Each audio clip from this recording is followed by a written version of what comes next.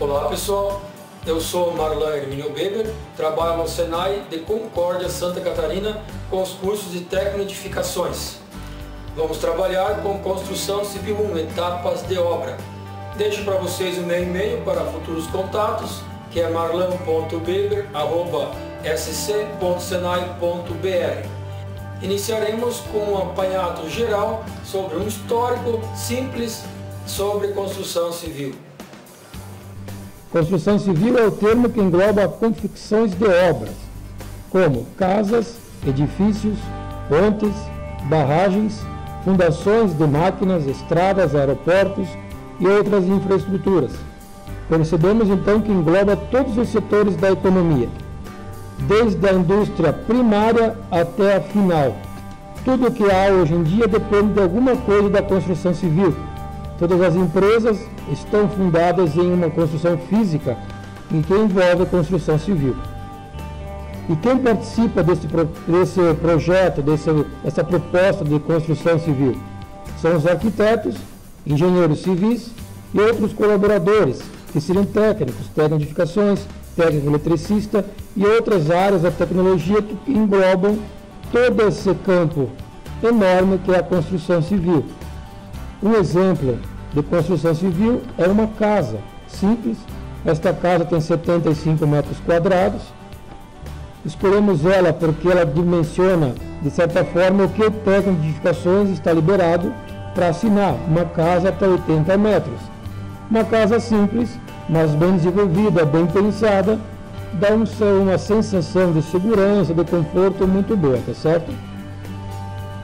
A princípio, a construção civil e a engenharia civil são originados de uma época em que só existiam apenas duas classificações para a engenharia, sendo elas a civil e a militar.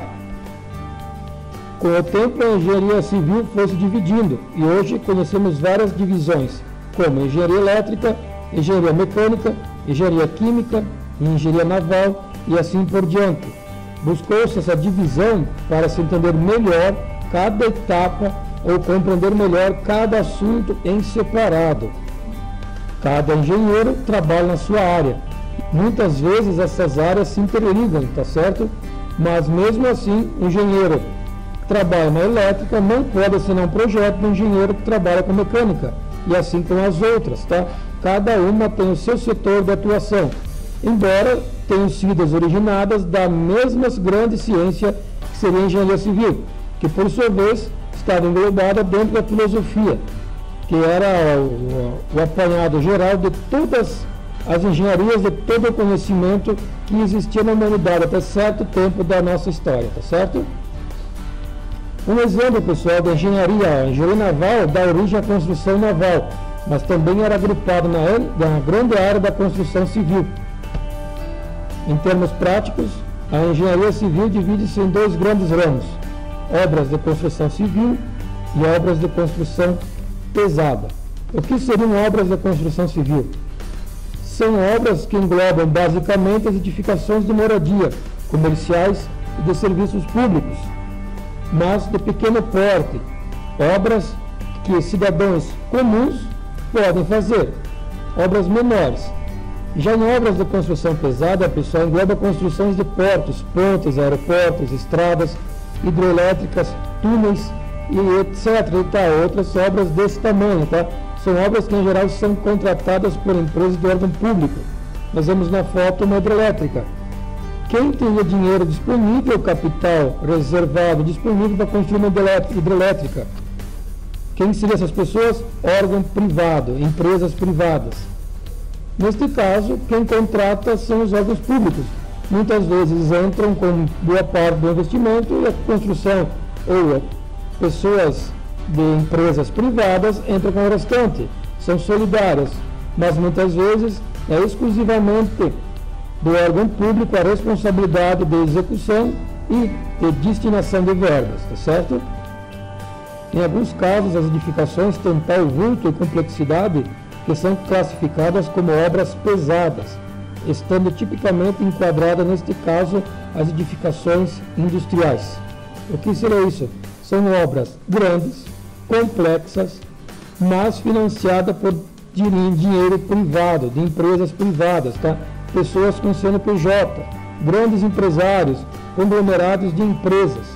Devido ao vulto ou tamanho dessa obra, classifique-se também como obras pesadas, mesmo não sendo contratadas pelo governo federal. Essa classificação em 2 ramos não apresenta nenhuma diferenciação na forma de engenheiro, da formação dos engenheiros nas universidades, tá? É bem aceita e compreendida por todos os engenheiros do Brasil. Vamos falar agora um pouco sobre a normatização. No Brasil, a Associação Brasileira de Normas Técnicas regulamenta as normas técnicas. Todo mundo conhece a ABNT. Nada se faz sem aprovação, ou o que está sendo feito não pode ser comercializado sem que haja uma aprovação da ABNT, que por sua vez tem em cada município ou em cada setor o seu Conselho Regional, que no ramo da construção civil seria o Conselho Regional de Arquitetura e Agronomia, o CREA, que no caso hoje a arquitetura já não faz mais parte, fundou o seu próprio conselho, o CAL. Então ficou simplesmente o Conselho Regional de Engenharia e Agronomia. E ele fiscaliza o exercício da profissão e a responsabilidade civil. Tudo o que é construído tem um responsável, quem fiscaliza é o CREA, que está submetido a todas as normas da ABNT. Toda obra de construção civil deve ser previamente aprovada pelos órgãos municipais competentes. A sua execução é acompanhada por engenheiros e arquitetos registrados no CREA. Essa aprovação prévia é o que o Código de Obras de cada município exige. Lá no PDFTU, cada plano diretor tem normatização, tem legislação, tem os tipos de planta que tem que ser entregue para aprovação do projeto, para avaliação, para consulta prévia. Então, nenhuma obra pode ser começada ou iniciada sem esse consentimento do município, que seria o Estado naquela região, e a União, o governo federal, responsabilizando todos pela execução, tá certo? E a execução sempre acompanhada pelo CREA, sempre. Só podem assinar como responsável engenheiros e arquitetos registrados no CREA. No caso de Tecnoedificações, segue a mesma linha. Até 80 metros, o técnico de edificações que irá assinar uma casa tem que estar com o seu registro efetuado no CREA, da cidade onde mora e aonde vai trabalhar. Vamos passar agora rapidamente para as principais finalidades das normas. Economia é a primeira. Proporcionar a redução da crescente variedade de produtos e procedimentos. A primeira à vista pode ser, não, está barrando o desenvolvimento tecnológico. Não é isso. Com o crescente número de produtos disponibilizados no mercado, torna-se difícil você compará-los. Há várias situações, vários momentos, várias entidades e vários produtos. E nem sempre todos seguem o mesmo padrão. A norma vem com esse intuito de economia, porque você reduz um pouco esse crescimento, porque tem todas as normas de procedimento que têm que ser seguidas. Ela facilita na comunicação, proporcionar meios mais eficientes na troca de informações entre fabricante e cliente, melhorando a confiabilidade das relações comerciais e de serviços. Tá certo? Você tem um órgão que fiscaliza, teu produto está normatizado, e o que resta para você, se caso acontecer alguma coisa, você sabe comunicar o que? O lote, a data de fabricação, a época que foi comprada, muitas vezes o código de barra do produto, e assim na construção civil também.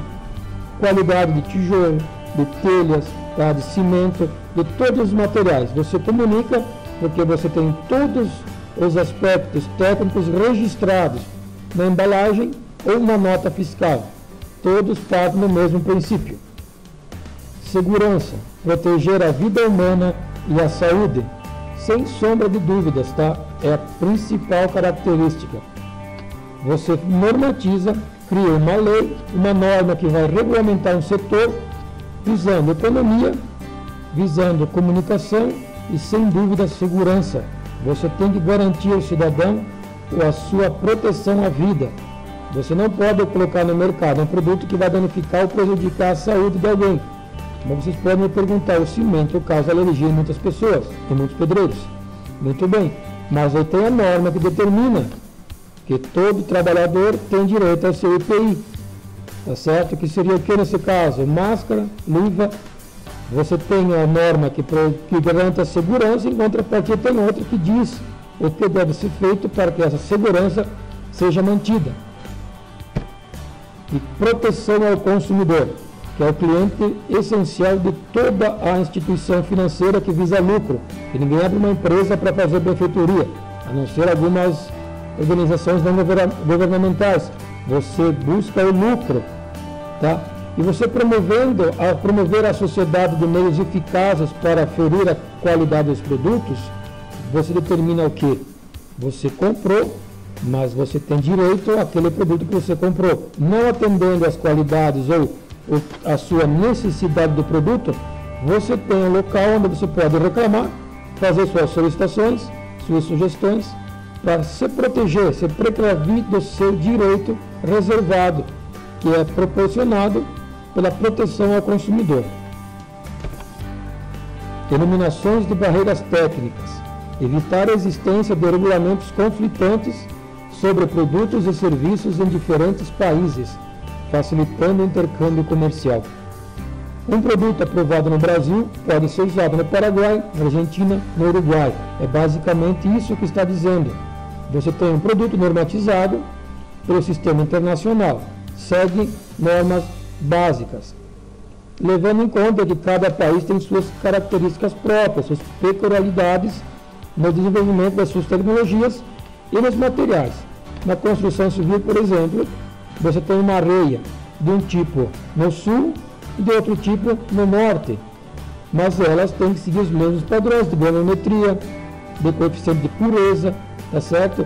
E essa eliminação dessas barreiras, pessoal, determina o que? Se o produto está cadastrado, registrado, devidamente normatizado técnica, o que vai acontecer? No outro país pode ser aprovado com muita mais facilidade, porque você tem um padrão, e o padrão pode ser reconhecido. Principais normas técnicas brasileiras em questão sobre a construção civil.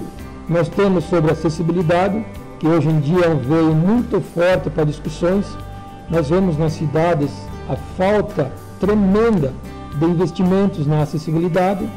Empresas que estão começando a trabalhar com essas questões, empresas que eu digo de engenharia, de arquitetura, estão tendo visibilidade, elas conseguem atender um público com uma certa necessidade e com isso agrada clientes que veem no projeto pronto toda a estrutura necessária para atender qualquer tipo de cliente. Temos também normas sobre alvenaria, acústica, conforto térmico, cozinha, instalações elétricas, hidráulicas, hidrossanitárias, energia solar, estruturas, normas para fossas sépticas, esgoto, fundações, gesso e drywall, que seria o nosso painel de gesso acartonado, normas para janelas, lajes, mecânica dos solos, pintura, portas e ferragens, projetos, revestimentos, telhados, vidros, tá certo? Tudo isso engloba a construção civil, mas há muito mais que isso. Há especificações bem particulares e próprias, tá? Fica a dica de pesquisa, pessoal, no site Edifique, que está aparecendo para vocês. Neles você simplesmente clica na norma que você quer, estou apontando com o mouse, e a norma vai aparecer aberta para você. Se não aparece a norma, aparece o título e vai remeter a outra norma que diz respeito ao seu assunto, ao assunto procurado, tá certo?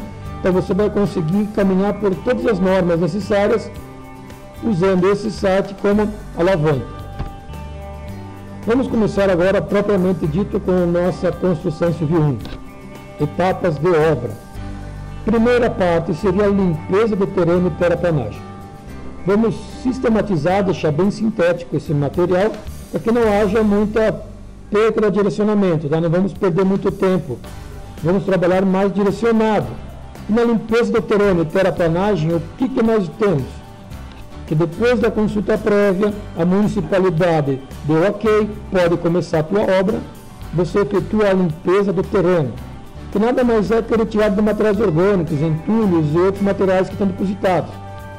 Pode me perguntar, por que retirar material orgânico, não posso enterrar? Já vem na questão de comprometimento de estruturas. Se você enterrar muito material orgânico em um terreno, aquele material orgânico vai entrar em decomposição. Resumindo, ele vai sumir, digamos assim, daquele local, vai mudar de forma e vai ocasionar o quê? Se tiver um galho, madeira, troncos de árvores, você vai ocasionar um oco, uma parte oca no teu subsolo, tá? E quando você colocar uma sapata por cima dessa região, desse local, pode acontecer de haver o sedimento desse material, vai afundar, consequentemente, trincas e rachaduras nas paredes. Se há necessidade ainda, efetua-se a terraplanagem, que é o nivelamento ou ataramento do solo. Depende do estudo topográfico feito, você vai simplesmente nivelar, tirar a terra, ou você vai buscar a terra em outro local e vai colocar, vai transportar esse solo para deixar teu terreno nivelado para você conseguir construir. Partimos agora para a estrutura de modificação. Vamos começar com fundação superficial, que é uma parte simples. Basicamente, todas as casas até 80 metros se situam nessa área de fundação superficial, dada a simplicidade da construção ou a leveza da subestrutura. O que é então essa fundação superficial? Vamos começar com sapata, é a parte inferior do alicerce. Pode ser uma peça de madeira, metal ou concreto ou betão, colocada sobre o pilar que suporta o peso da construção. A sapata é um bloco de concreto armado, construído diretamente sobre o solo dentro de uma escavação. Só tem esse tipo? Não tem. Tem outros tipos de fundação superficial. A sapata, nós vemos aqui nesse exemplo. Nesta casa de 2 andares, como mostra nesse exemplo simples. Seria isto. Fundação superficial. Fundação profunda é esse segundo exemplo, uma construção maior, um prédio com estacas cravadas no solo, buscando fazer a sustentação. Um exemplo de sapata, fundação superficial, já está montada, você tem aqui toda a ferragem já pronta para fazer a forma do pilar. Em muitos casos, esta estrutura é chamada de pilarete, porque você vai ter uma continuação no pequeno pilar e após esse pequeno pilar você vai ter a viga baldrame e daí sim o pilar. Neste segundo exemplo, nós temos onde fica a viga baldrame, que é a primeira viga da tua construção, o pilar ou coluna, e você tem o desenho bem simples da sapata ou gaiola, muitas vezes chamadas assim, tá certo? Continuando nas sapatas, estes são os tipos mais comuns de serem encontrados: quadrada, retangular, circular, poligonal. Poligonal, circular já é mais difícil visualização. Quadrada e retangular com certeza é visto em praticamente todas as obras. Sapatos então são isoladas, tá? Você tem, voltando nesse outro exemplo, cada uma está abaixo de um pilar. Isso determina que ela é isolada. E aqui está o desenho simples do aço utilizado, da ferragem para a montagem da estrutura de uma sapata. Essa é uma sapata com o centro direcionado. Como o Código de Obras do município determina que você não pode invadir a construção vizinha com nenhuma parte da sua construção, isso vale também para as sapatas. Então você desloca o peso principal que estaria no centro para uma lateral, colocando neste sentido aqui, ó, em linha com a divisa. Daí você tira toda a responsabilidade da obra vizinha. Mais um exemplo de sapata rasa. Vocês podem ver que houve a escavação, encontrou-se solo bom, adequado e completou-se com as sapatas. São sapatas grandes, tá, que vão comportar com certeza uma construção grande. Aqui nós temos a armação de uma sapata, toda a parte de aço utilizada.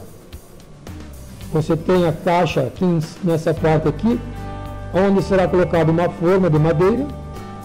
Nessa parte central vai o pilar e depois você vai preencher toda essa lateral com concreto, tá? Nessa base aqui também.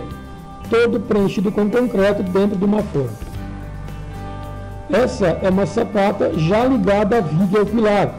Você tem o teu bloco de concreto servindo como fundação, a viga baldrame que transpassa por dentro a ferragem do pilar. Você monta a forma de madeira ou metálica, depende da sua situação financeira no caso, né? E você efetua a concretagem. Primeiro a viga baldrame, depois monta o pilar e concreta o pilar. Por que é importante boa sapata ou estaca? Nós temos exemplo de um prédio que tombou. Mas foi problema de sapatas? Neste caso, não. O que aconteceu? Foi retirada a terra da frente desse prédio e colocada nessa parte de trás.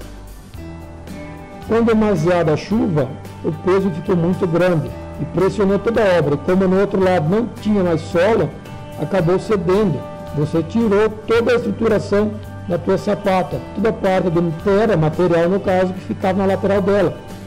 E o prédio caiu. Sapata mais comum é de 6 ferros ou 8 ferros. Distribui o peso da obra por uma área maior e sustenta a coluna com base na pressão distribuída. Um exemplo simples. Sapata simples, construída dentro de um piso, com certeza nessa foto, demonstrando que já há uma construção e vai ser feita uma adequação, uma melhoria. Então, quebrou-se o piso, cortou ele aqui, podem ver que é que passa a fiação elétrica, e colocou uma sapata lá embaixo. Mas essa ferragem que está aqui vai suportar? Se for dimensionada assim, sim. Tá certo? Vocês podem ver que não é muito didático. Olhem como é que é a colocação das barras de aço. Tá certo? Mas é um exemplo comum de acontecer. Quem frequenta a obra sabe que normalmente se encontra situações assim. Radier. O que caracteriza que as cargas transmitidas aos solos são distribuídas pela base da fundação, não, portanto, atrito lateral como as estacas. Tem grande segurança contra ruptura ou cisalhamento, e normalmente é a solução mais econômica. Radier, olhem o exemplo dele. Muito simples, fácil de ser construído, tem-se todo esse piso já pronto, serve como uma viga inteira, ou o piso que faz toda a sustentação como se fosse uma sapata.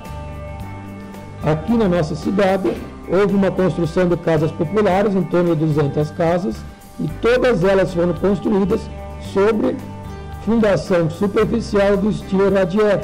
Deixou-se pronto até a calçada em toda a lateral da casa.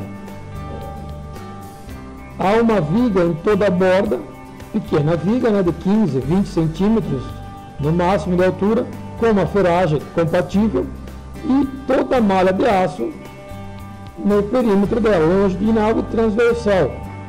Foi feita a concretagem, girou em torno de 10 a 12 centímetros de espessura de concreto, 25 MPa de resistência. Isso vai te dar a sustentação necessária? Vai. Se há estudo do solo que determina que a condição do solo é adequada, não tem problema, desde que sejam situações de casas pequenas, construções de pequeno vulto. Há relatos de construções até 4 andares, tá? Mas isso não é comumente usado, normalmente são casas baixas, casas pequenas. Temos também a sapata contínua, que também é uma sapata rasa, fundação superficial. Vocês podem ver aqui, ó, que na outra o pilar era em cima da sapata isolada. Aqui a parede é construída em cima da sapata. Você não tem uma viga baldrame. A sapata inteira faz essa parte de viga baldrame, tá certo? Outro tipo de fundação não usual em casas pequenas ou na nossa região seriam as estacas. Nós vamos comentá-las por ser de grande utilização em centros maiores, tá? O princípio é baseado no atrito que a estaca exerce pelas laterais sobre o solo onde está inserida. Ela pode ser isolada. Só existem colunas ou contínua por toda a extensão da construção.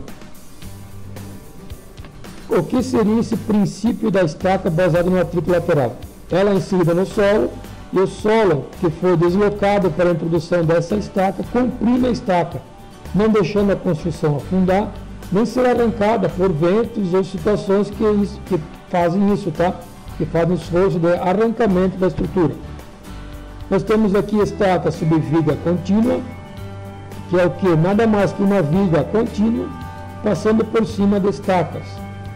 Pode ser feito assim sem problema nenhum. E aqui uma foto mostrando estacas. O que aconteceu na hora da introdução? Quebrou-se, ela trincou, houve problemas, tá? São estacas que não foram colocadas com bate-estaca. Foi feito um trato mecânico, foi lá, cavocou, um liquidal, tirou a terra, concretou-se e colocou-se a ferragem. Mas deu problema, teve que ser reaberta para fazer a manutenção.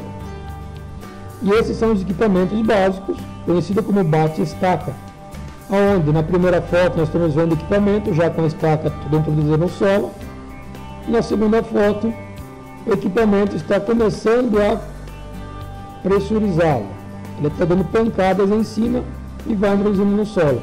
Quando ele sabe o momento de parar, a cada período de tempo são feitos testes. Não vamos nos ater a isso agora, mas para que vocês saibam e possam pesquisar, conforme o tanto de material ou de estaca que é introduzido no solo, é feita a caracterização se já tem solo bom ou você precisa colocar mais a estaca no solo, introduzir a mais. Isso é feito por pancadas. Dei a primeira pancada, por exemplo, introduzir 30 centímetros, a segunda 25, a terceira 20, sendo que a força dessa pancada, que eu chamei dessa força de pressurização, é sempre a mesma. Como está diminuindo tanto que o material está sendo introduzido no solo, com certeza há um solo melhor, ou encontrou-se algum material mais resistente. São feitos testes para garantir que realmente é o solo adequado, ou não simplesmente uma rocha, algum material que está atrapalhando a penetração da estaca. Fim da primeira aula, pessoal. Muito obrigado pela atenção. Nos vemos em breve com a segunda aula, tá certo?